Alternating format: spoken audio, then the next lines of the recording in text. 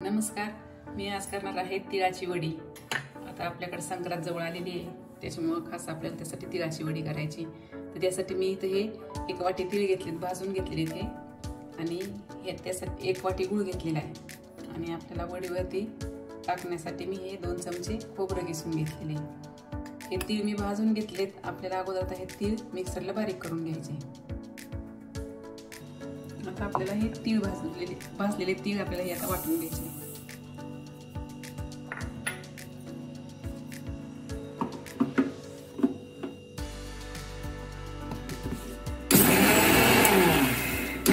तीळ पण बारीक करून झालेत, हे एका ताटात काढून घेते। आता आपल्याला हे गूळ कढईमध्ये टाकून वितळवून घ्यायचा। आपल्याला ताटामध्ये वडी करायची, त्याच्यामुळे आपण अगोदर त्याला तूप लावून घेऊ।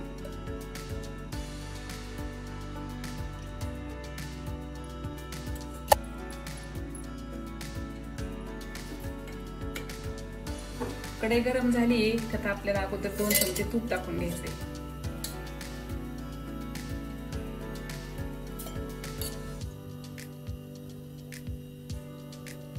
आपल्याला हा घेतलेला 1 वाटी गूळ त्यात टाकून घ्यायचा आणि या तुपामध्येच आपल्याला गूळ वितळवून घ्यायचा।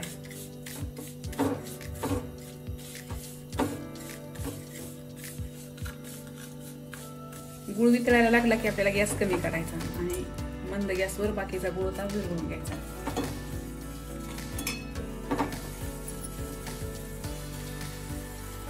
आपला गूळ विरघळलाय, आता आपल्याला त्यामध्ये थोडंसं किंचित पाणी टाकायचं आणि ते हलवून घ्यायचं। एक अर्धा चमचा पाणी टाकायचं फक्त,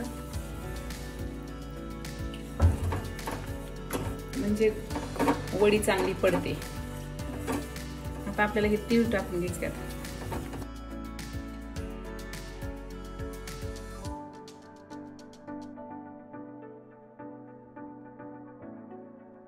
गॅस बंद करायचा।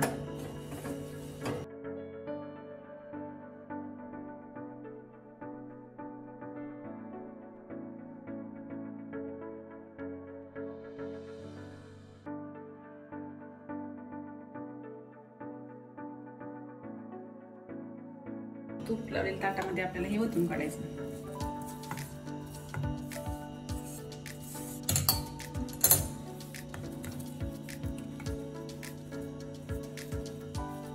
याच्यावरती आपल्याला इथे खोबरं पसरून घ्यायचे आणि याच्या आपल्याला आता वड्या पाडून घ्यायच्या।